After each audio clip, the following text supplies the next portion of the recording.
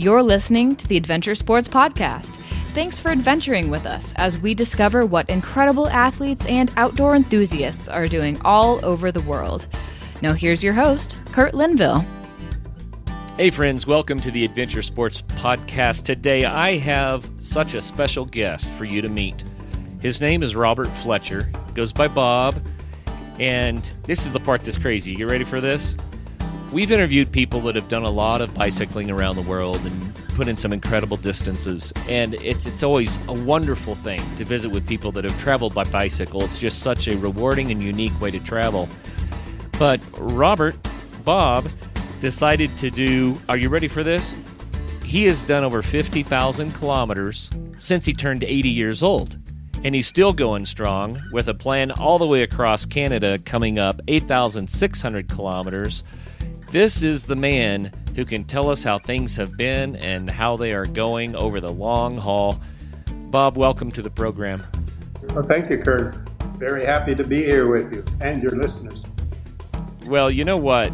It's such an honor to get to visit with someone who's been at it this long. Just before I hit record, you shared that you started your first world journey in 1968. And that in 1972, you did a big bike tour around Europe. To be able to say this is what the world was like then, I think is something that most people can't say.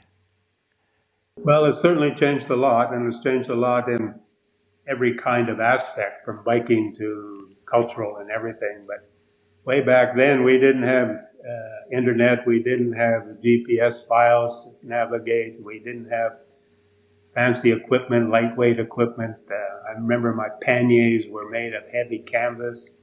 The tent leaked, and it wasn't the best of times, but we didn't know any better, so we thought it was the best of times. Well, it makes a good point, though, which maybe you could speak to. I'm often telling the listeners, doing an outdoor sport these days can be quite expensive. It's a barrier to entry that keeps some people from starting because you're just like, it's too much money, I'm not going to do it. But I keep saying, all the expensive equipment used to didn't exist. You can do this stuff without spending the big bucks. It just gets easier when you get the nice equipment, but you can still get started. And how do you feel about that? You agree with that one? Well, I agree thoroughly. But the world is out there, and all you need is a bicycle and maybe a credit card. If you don't want to have all the expensive stuff, use the credit card for the motel rooms or whatever.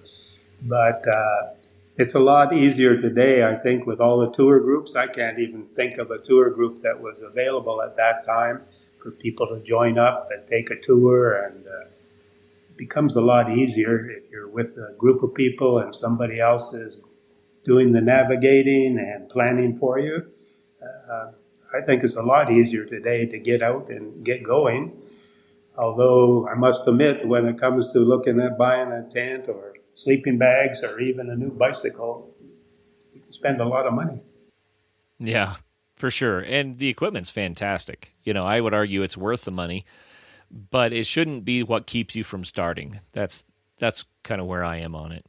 Bob, you said that you were born, let me get this right, in London, Ontario. Not London, England, Ontario. Is that right? Ontario, that's correct, yes. Long time ago, 1942. 1942. Wow. And then you had a career in Edmonton. What did you do there? I taught for 30 years with Edmonton Public School Board. Had a great career with them.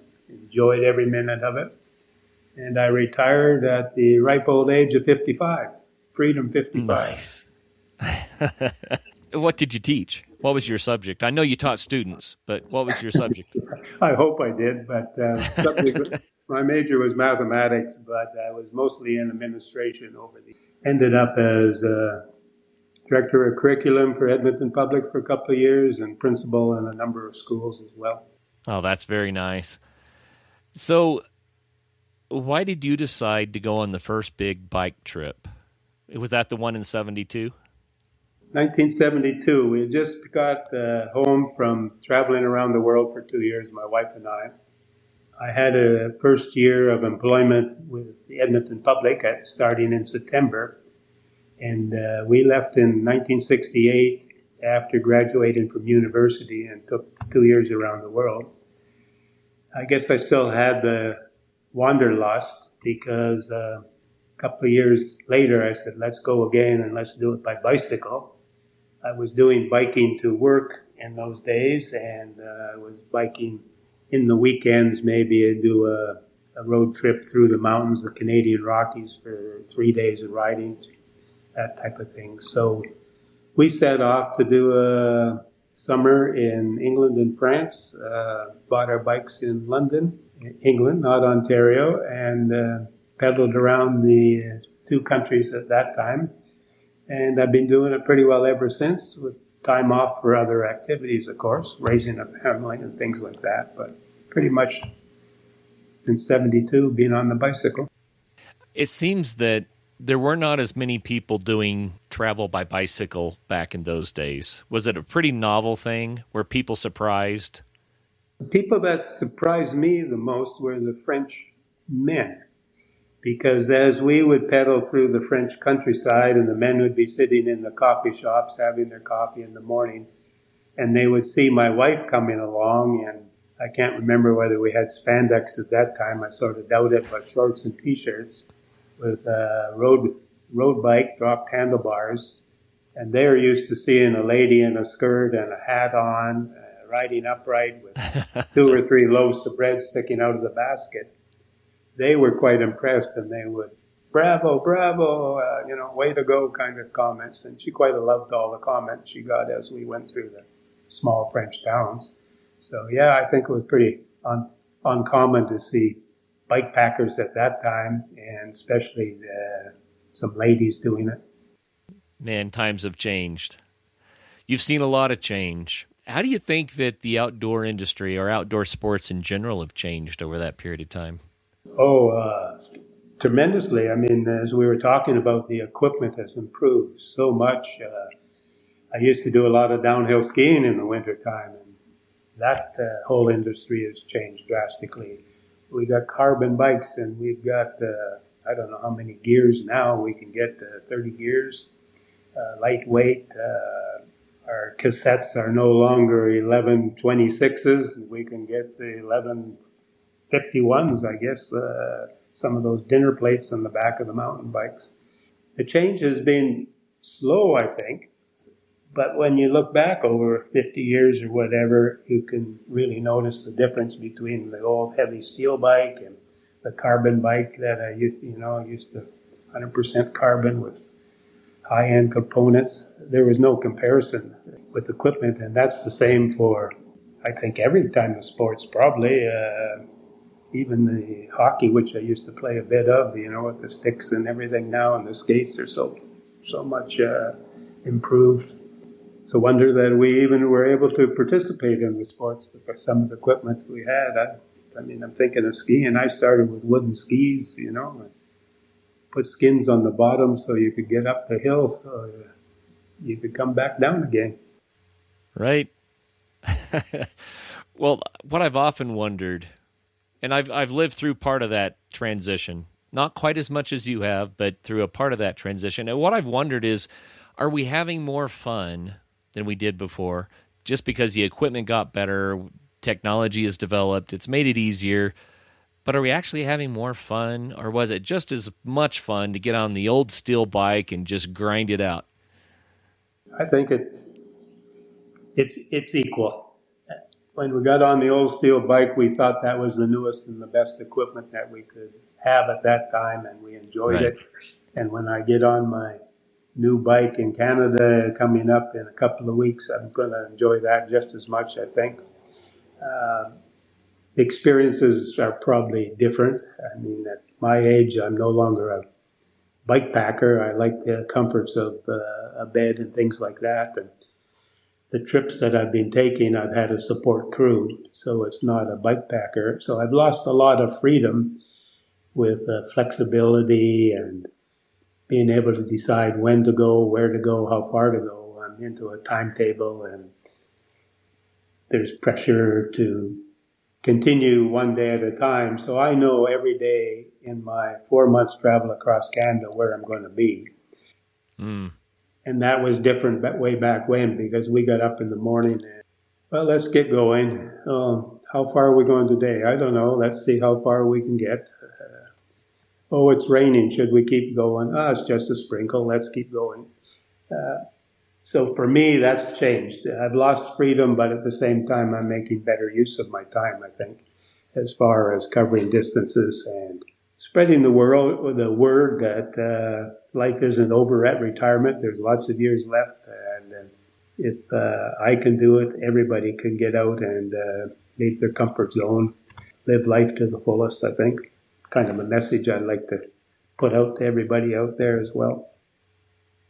Well, you retired at 55. That means that you've been going almost 30 years after retirement. Almost, yeah. Next year will be 30 years, yes. Wow, that's a grand retirement, my friend. It has been. I mean, I've been active. It isn't like I sat on my rocking chair on the front porch. I got into doing golf tours to Australia. I started a little company that allowed me to travel the world and take people to different continents for golf. Winters in Edmonton, it's a little tough to golf up there during the winter, so why not take them to New Zealand and Australia and Argentina? So I did that for, 8 or 9 years until my wife got ill and we couldn't do it anymore. Then I had a bicycle touring company down here in Costa Rica for a few years where I brought friends and other people down and we take them on a couple of week tours of Costa Rica on bikes. So I kept active and not really any business-wise, but enough that I could go and do these trips and get my way paid for it. Very smart. Are you still leading trips around Costa Rica? No, the last one I think was 2022. It was the last one that we did with about, 16, 17 people. Then I started on what I called the Octogenarian Odyssey. And it was a story of, I never thought I'd make it to 80 years of age. I've outlived my wife. I've outlived my son. And my lifestyle wasn't such that I thought I would live forever. So when I started looking at my 80th birthday coming up, I thought, I need to do something different rather than have the friends over and cut the cake and have some presents. So I started looking for what I could do to celebrate my 80th. And I came up with the idea after watching the series A Long Way Up, where they rode electric motorcycles from bottom Argentina to Los Angeles. I thought, I'm going to do that. I'm going to get an electric bike and I'm going to ride from North Pole, Alaska, just outside of Fairbanks, down to Panama City. That's the way I'm going to celebrate my 80th. Nice. And the life on the road has been great. I love it. And that's led to South America and Europe and Australia and now Canada coming up this year. So already more than 50,000 kilometers since you turned 80 years old. Not many people can claim 50,000 kilometers at any age, much less, after 80. It's magnificent, Bob. I'm really impressed. I tell you, that's something else. Well, thanks. It doesn't feel like that. I mean, it's one day at a time, one pedal stroke at a time. And for me, I really like it because what else can you do on a bicycle where every morning you get up, I got 100K to do today, and I've never been on this trail or this highway or this country before. What lies ahead? And it sort of proves that concept that you want to start doing something big. Well, one step at a time will eventually add up to a long distance. So 100 kilometers a day pretty soon adds up to the length of a continent. Wow. And 5 months later, you're looking for your next adventure. Well, and all the people that you've met along the way, I know that you have experienced a lot of kindness and hospitality. You mentioned that, but that seems to be a major theme for people that ride bicycles around the world especially. Tell us about that. What's it like?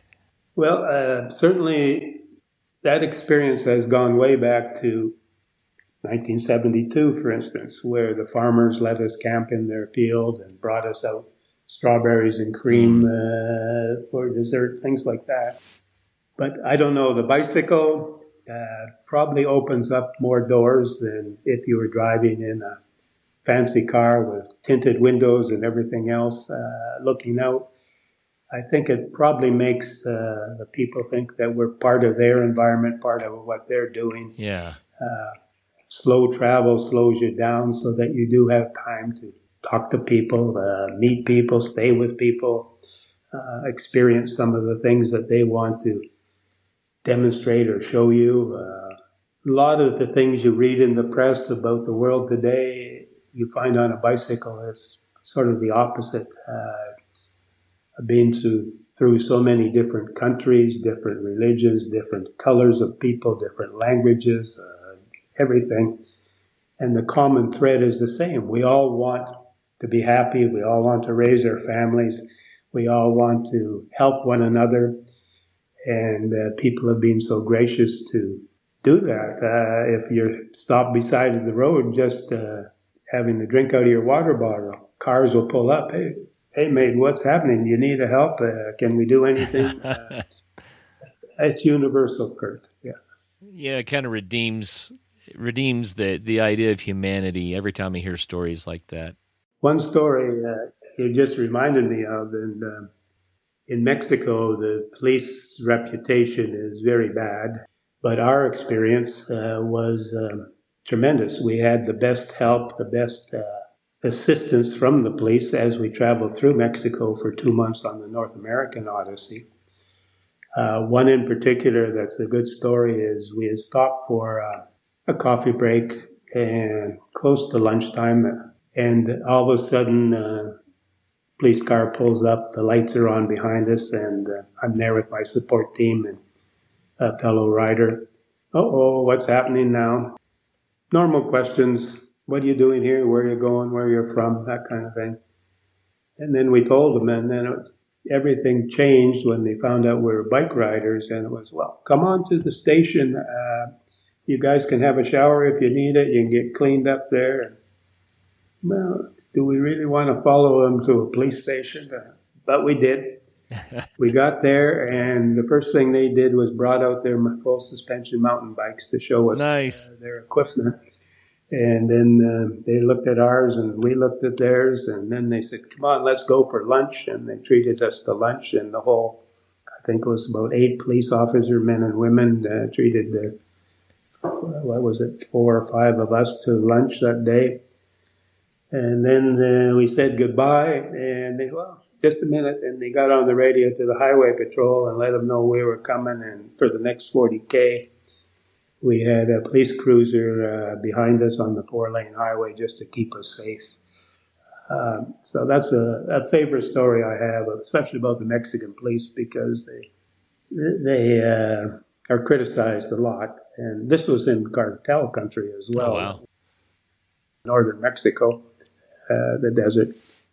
And then the same thing happened in southern Mexico. We pulled into a town, and there was no place to stay, no place to put the tent trailer, no hotels to rent, because the town was full of migrants who had come over the border from Guatemala. Mm-hmm. They were being processed there, given papers, taken off by buses to wherever, Mexico City or someplace. So we stopped at the police station. This is what we're doing. Where can we stay? Well, if you stay right here, there's a cement pad out back with electricity. We got running water and showers here in the jail cells. You're welcome to use them. And when they found out I was 80-some at the time, they said, we can't have you sleeping out in the tent trailer. You can use the commandant's office and sleep in his bed with his private bathroom and everything. So another total experience that blew our minds right out of nowhere, you know. Wow. It's so fun to hear those sorts of stories. And I think that's what happens when we go. If you stay home, you never experience these things. But when you go, you do have these experiences, and I'm sure it changes your whole worldview. How did travel change your worldview? Hey, a brief coming-of-age story. When I was 17, my mom and dad and my sister and I decided to do an extended family road trip. We made it as far south as Carlsbad, as far west as Sequoia National Park and Yosemite National Parks. We made it as far north as Glacier National Park. But there, I split off from the family. They went home, and I went to Seattle. I met my friend Jason. He and I traveled all the way across Canada, down the eastern seaboard in a 1968 Volkswagen, and we camped in a tent the whole way across the North American continent. I came back changed. In many ways, I left home a boy and returned home a man. It was life-impacting. We didn't fly over the North American continent. We traveled through it. If you would like to connect the dots of this continent, then today's sponsor is here to help. I'm talking about Outdoorsy, of course. Outdoorsy has thousands of RVs and campers nationwide. They're available right in your neighborhood, and you can drive it yourself, you can tow it, you can actually have it delivered and fully set up your destination if you want to. They have comprehensive insurance, 24/7 customer service, roadside assistance, so you have built-in peace of mind. It's a great value. It's often less expensive than hotels, and it allows for a really fun family and group approach to travel. It's available to renters 21 years and older. So get your RV in 3 simple steps. You search through the inventory and choose one that's right for your trip and your group size. Book it with confidence and hit the road. It's that easy. This summer is massive. Think about this. The big international soccer tournament coming to North America. America's 250th anniversary with celebrations across the country. The 100th anniversary of Route 66. It's one of the most iconic road trip routes ever, and I have traveled much of that. It's really cool. An RV isn't just transportation. It's how you can stay closer to the action. Think for a moment about family reunions in RVs. How about traveling with parents or grandkids, friends, or even pets? How about getting closer to the trailhead or the river or the beach than the hotel allows? And how fun would it be to have an RV for music festival weekends? And you can save money by using the code ASP when you book your RV. Right now, my listeners can have all the service fees removed from their booking in 2026 with the code ASP at outdoorsy.com. That's OUTDOORSY.com, and use the code ASP at checkout to remove those service fees. Why not take the time to actually see this amazing nation we live in and let outdoorsy.com make it easier for you? Hey friends, let's talk about chewing gum for a moment. Nathan and Sons asked that I run this ad for them, and my first thought was, if this isn't really healthy, good stuff, I don't want to do it. I'd had their gum already, and I found it kind of unique and fresh, but I wanted to make sure that it was a product that I could stand behind. So I looked into it, I looked at all their ingredients, I looked at the product, and actually I'm very impressed. It's quickly apparent that this isn't regular gum. This is remineralizing gum. That's a mouthful. You know, you brush your teeth in the morning and at night, but after lunch there's this gap where most of us do nothing for our teeth. Underbrush is made for that moment. You chew it for 5 or 10 minutes, then spit it out and move on. Or, of course, you can keep chewing it. I mean, it's good gum. It's made with hydroxyapatite. It's the same mineral that your enamel is made from. And natural saps, this is the cool part, like mastic and spruce. So it has this firmer, really satisfying chew. They actually make it themselves from scratch. The company is only a few years old, and the team is literally making, packing, and shipping gum every day. So if you want a simple daily upgrade for your teeth, check out Underbrush from Nathan and Sons. I don't think if you travel the world and travel it maybe slowly, that there's no way that you could be a racist or a bigot of any kind, that when you've experienced people in every corner of the world and had experience, we've had bad experiences for sure, I mean, but they're much fewer than the 90% of the good experiences. So I think it gives you, for me, a better outlook on the total world, the total population, how we're all human. I think it's marvelous. So here's something else that keeps going through my mind here. You started doing this in 1972. You're a young man at that point. And obviously, you already said you had to take some breaks, family, career, all that sort of thing. But what advice do you have for people who want to keep having the adventure, keep experiencing travel and an active lifestyle as they age? Because a lot of people think, I've just aged out, I can't do it anymore. What recommendations would you have? From one experience where I had what I thought was lung cancer, it turned out to be just a lung infection. Oof. But first it was diagnosed as lung cancer. So I spent a summer trying to figure out where I was headed with, I got lung cancer, am I going to do chemo? Am I going to do radiation? Am I going to do whatever? And then it turned out to be a false thing.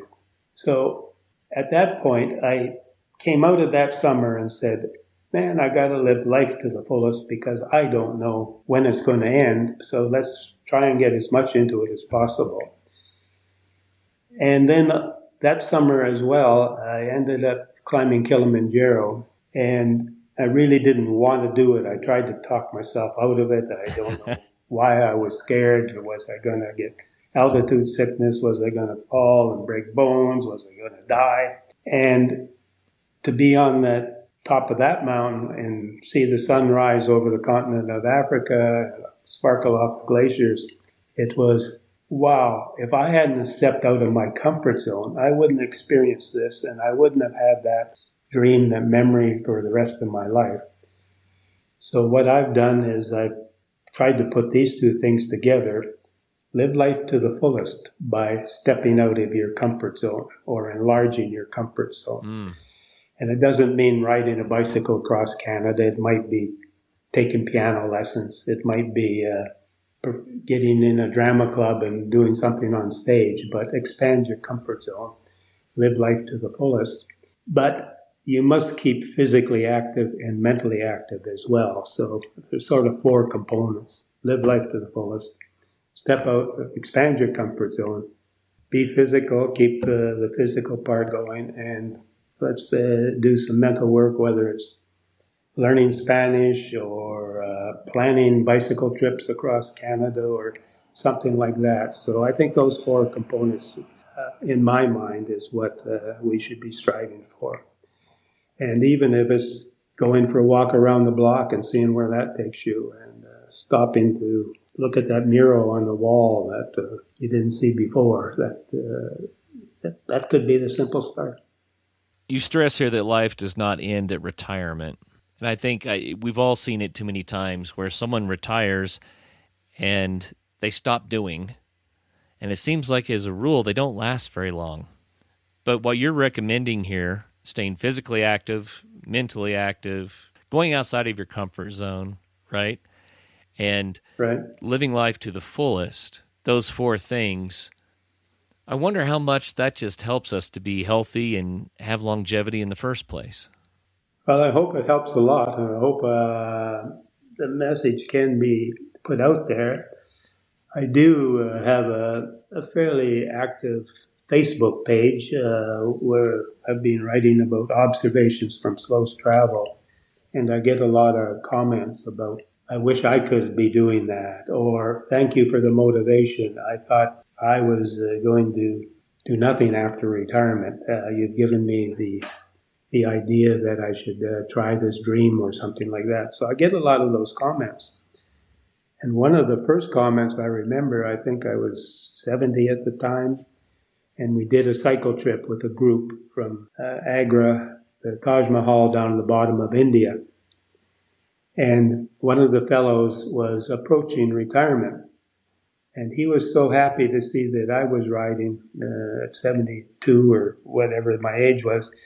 I remember him coming up to me and, Bob, you've given me hope. I thought I wouldn't be riding a bicycle after I turned 65.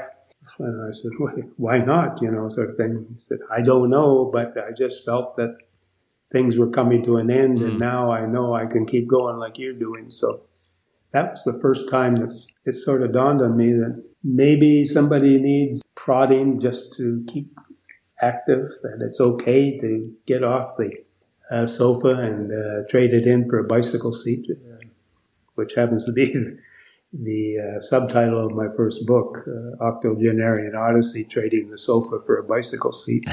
That's great. So how many books do you have now? I'm on your website, and I see the one you just mentioned. What's this, More Than Just a Journey? Oh, it was the material that didn't make the original book that was dropped on the cutting floor, as the people in Hollywood might say. So I sort of put all that together in a second book about the same thing. But right now, Trading the Sofa for a Bicycle Seat is North America journey. Okay. I Can't Stop Pedaling is South American. The third continent is the trip across Europe from Lisbon, Portugal to Antalya, Turkey. And the one I hope will be out in a month or two is Pedaling the Perimeter of Australia, book number 4. And then there's these other little books, but 4 there, maybe 5 for Canada. When did you start writing? Oh, no, that's stepping out of the comfort zone. That was big time. People kept saying you should write books, and I said, no, I'm not a writer. I work with numbers and chemistry and physics, and not languages. Right. I've been trying to study Spanish for 15 years, and I'm still not much more than a beginner. But eventually I said, okay, I'll try it. And I came up with a system where I record my thoughts and feelings and what happened during the day, and I send it off to my ghostwriter, who puts all the collection together, puts the books together from my daily recordings. And that's how I decided that I could step out of my comfort zone and be somewhat successful. And that's the plan that I came up with. I love the way that I can see how you're adapting. You're adapting to new things, and you're not letting age or anything else get in the way. But I see that you're being flexible with your approach to stuff. To me, that's a formula for success as well. It's like, oh, I don't want to write a book at a typewriter or handwrite a book, but there are other ways to do it, right? So you've been adaptive. Right. I guess you could call it that, or some people might say, oh, he's just lazy. He doesn't want to do the work. He's going to do that. Well, yeah, you're lazy. You're about to break 60,000 kilometers since you turned 80. That sounds pretty lazy to me. Yes, I understand that, what people think about it, but in the population of long-distance riders, I mean, there are quite a few of us, very small percentage of the world's population, but every day there's a lot of people out doing incredible things. I've met people that have walked from the bottom of Argentina to the Prudhoe Bay at the top of Alaska in the Arctic Circle. And one guy we met in the Yukon just before the Alaskan border, he was pushing a baby carriage with his dog in it. And he had started in Argentina. Incredible. I've met people all over the world, cycling long distances, walking long distances, scaling mountains. And they're not Olympians, they're not professional athletes, but they're doing incredible feats. And they don't get recognized. They're just out there doing it for their motivation or whatever is motivating them to do this. And I keep thinking that they need to be promoted. And I think a lot of things like your podcast is doing that kind of thing. Giving credit to these incredible athletes that are out there on the road every day doing something spectacular. So at some point along the way, you already mentioned that you decided to ride an e-bike instead of a non-electric bike. Can you talk about that thought process and how that change has altered the way that you're traveling? Well, I was one that I'm never going to ride an e-bike. That's cheating. I'm going to ride my road bike until I can't ride anymore. But I started to see things around me. I did a bicycle trip from Amsterdam to Rome with a group of friends. And 3 things happened on that particular trip. One, as we were leaving Amsterdam on a Saturday and Sunday and cycling through the woods of Netherlands, I saw a lot of senior people, couples, riding. And then I looked closer and they were on e-bikes. And I thought, oh, that's cool.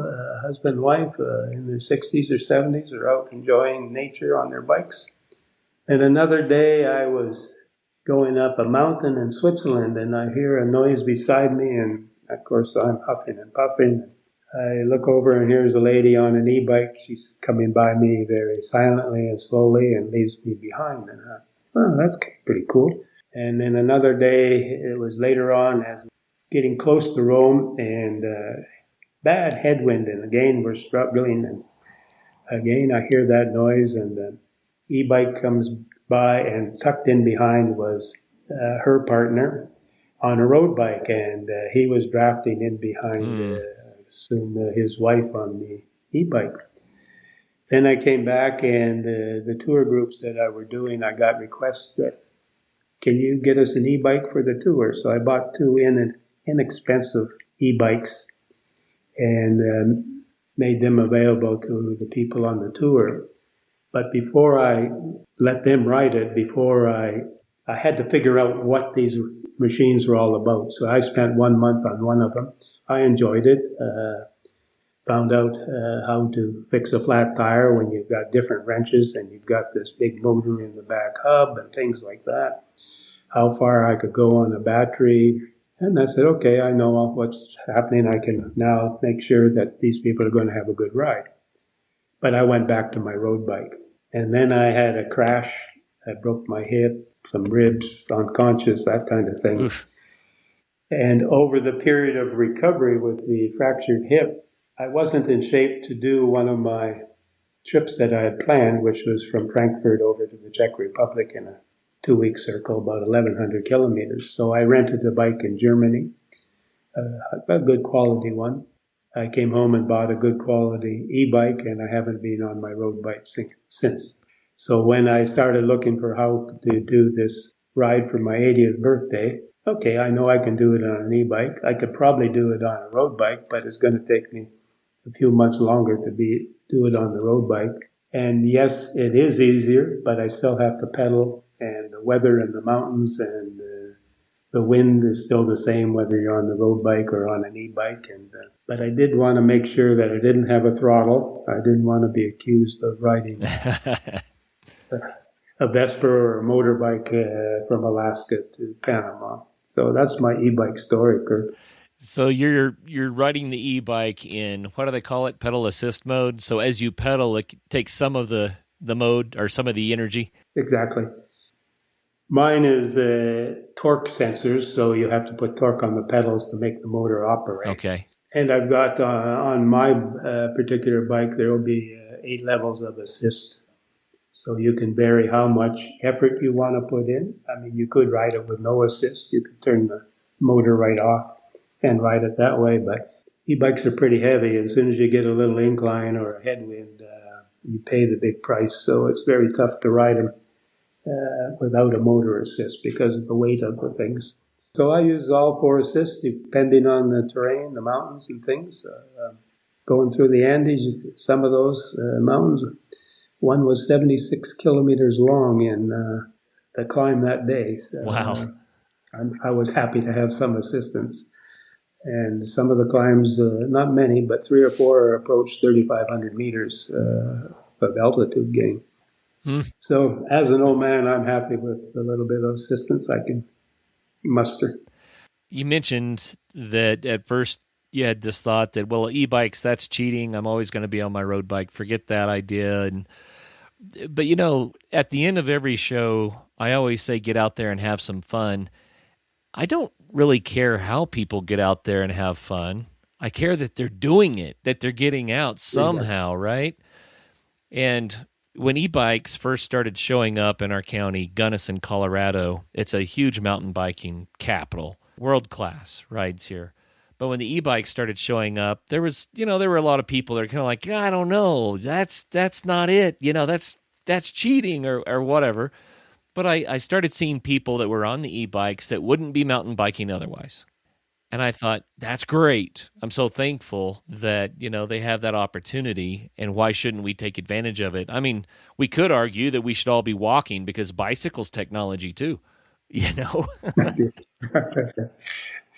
And even e-bike technology is advancing rapidly, and I'm sure the battery problems will be solved even quicker. I mean, just in the few years I've been on them, I've gone from, I don't know, 36 volts, 48 volts, 500 watt batteries. Now they're at 800 watt batteries.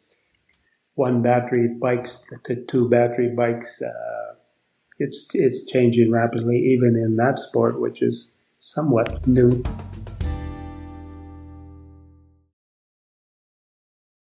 If you set your bike to a medium assist, not low, not high, right? Just kind of medium, what kind of distance can you get out of it before the battery starts to croak?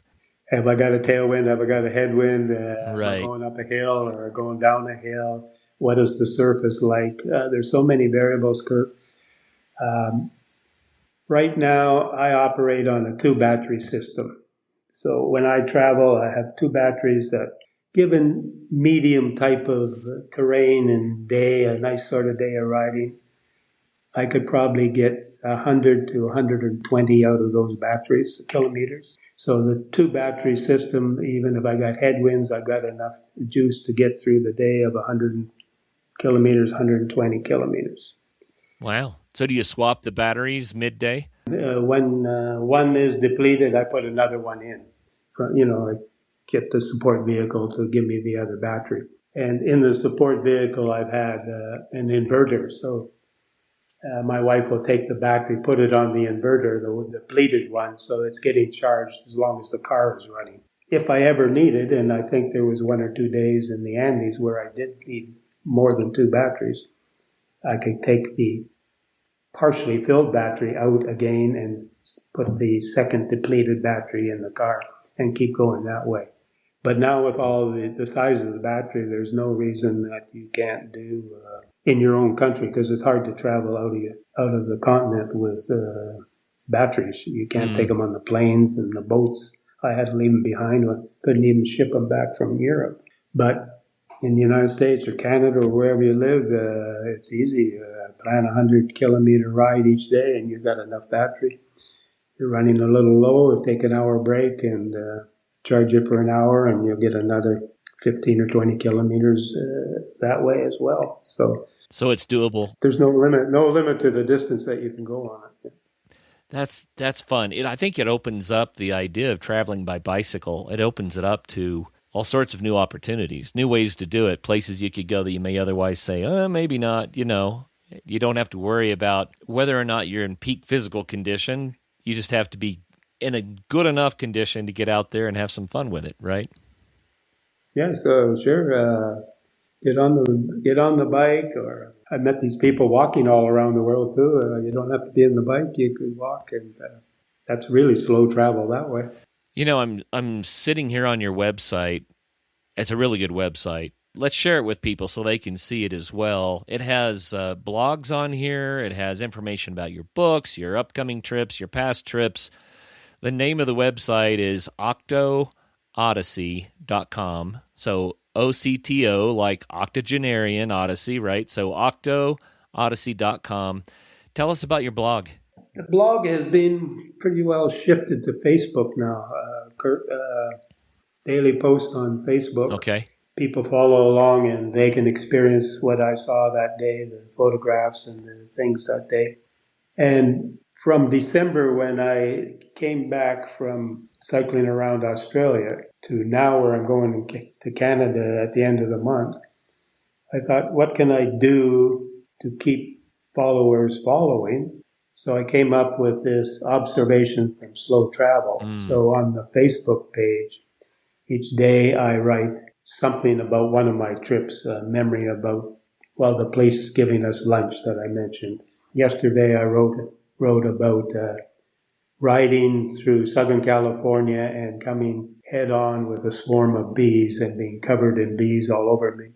Oh, my. Scary situation, but I never got stung once. And people wrote that no, bees that are moving are fat from their honey and they're looking to establish and protect their queen. So this whole observations from slow travel has been moved to the Facebook page, which is facebook.com/bee and B Travel. Bob and Beth Travel, BANDB Travel.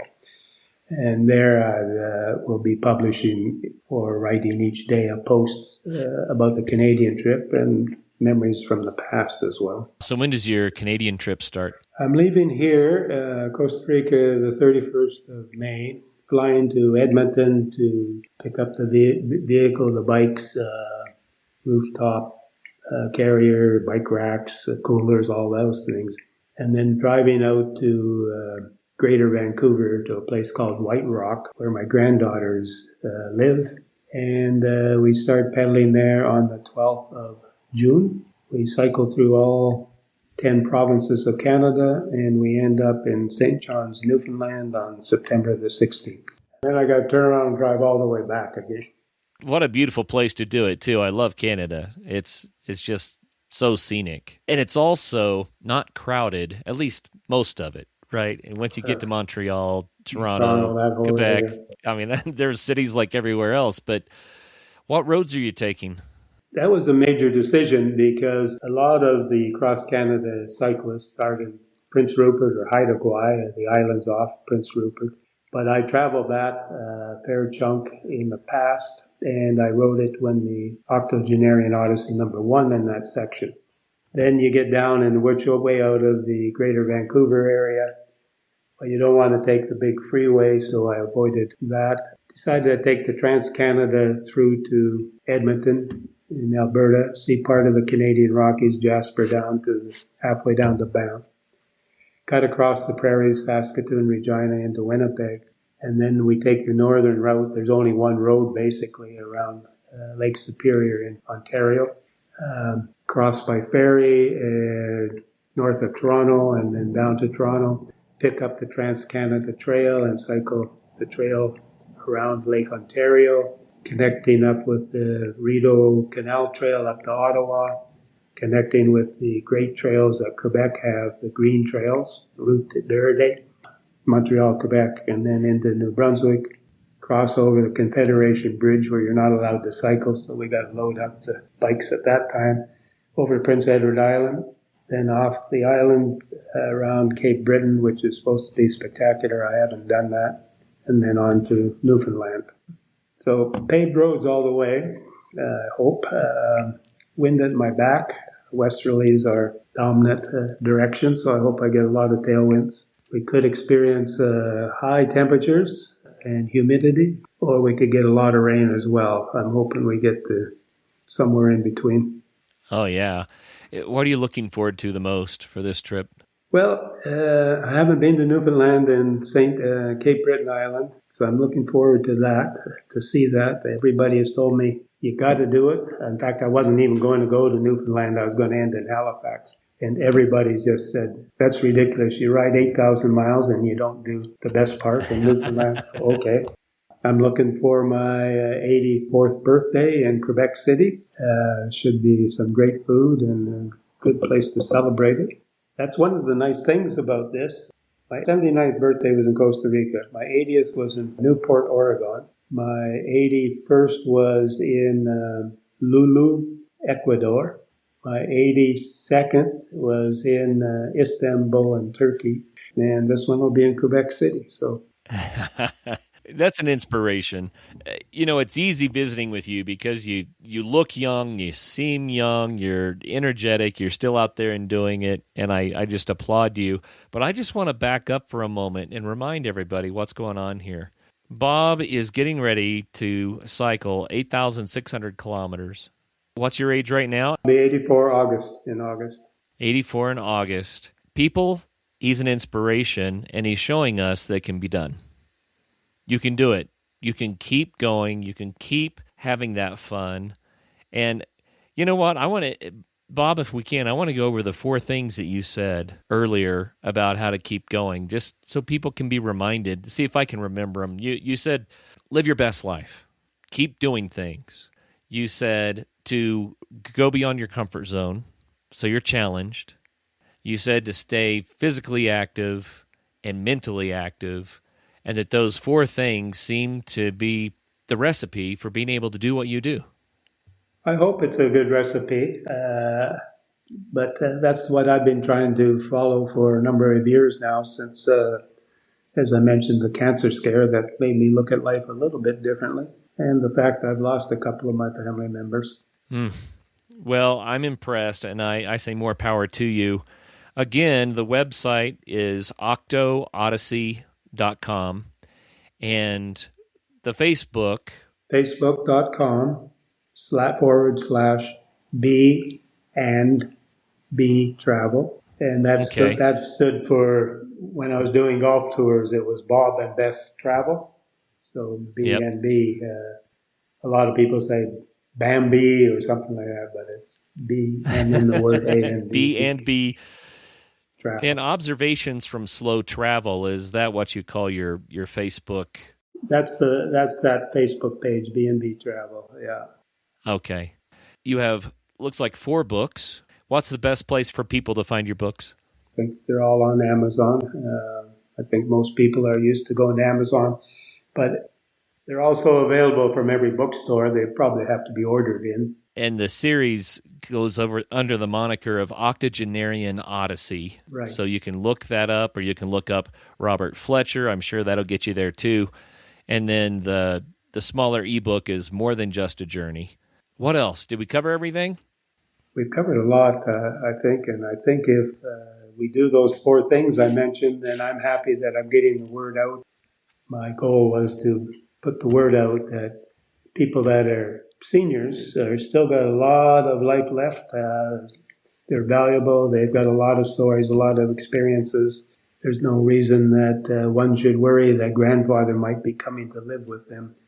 So there's some stereotype in the media about what we can do and what we can't do. One of the things, when I stepped out of my comfort zone, I ended up with the Guinness's World Record for the longest e-bike ride. It's now been broken, but I held it for a few years. But it wasn't one of the goals that I set up on. I was out riding one day, and I get a lot of really good ideas when I'm riding, but I usually forget them all by the time I get home. But I did remember, I think I should check and see who's the oldest guy that's ever ridden the longest distance. And I wasn't thinking e-bikes, and I didn't find any records like that, but I did come across the record for e-bike. So I applied to Guinness, and it ended up I got an award for that ride. Oh, that's fantastic. So don't let turning 80 slow you down. You can still set world records, Guinness Book of World Records. That's fantastic. Well, Robert, thank you so much for your time today, and I would like to encourage everyone to go to your books, because I know that with this much writing, you have many, many inspirational stories in those books. I want to encourage everyone to hear more of the story. Please go there and follow Robert on Facebook so you can see what he's up to, especially on his upcoming 8,600-kilometer ride across the 10 Canadian provinces. Whew, that's a lot. Keep going, Robert. Keep doing it. Thank you, Kurt, and thank you to Adventure Sports Podcast for thinking that I would be somebody that you might want to talk to. So I appreciate that. And I hope our paths cross along the way. I got to get to Denver to see my friends there. And good luck with the hockey team as well. Well, thank you very much. It's rare to hear a Canadian wish someone around Colorado good luck with a hockey team, so that's pretty generous. Bob Fletcher is such an inspiration, and I love it. You don't have to stop. Matter of fact, when you get into retirement, that's an opportunity to do even more. And until the next show, make sure you figure out how you're going to keep getting out there and having some fun.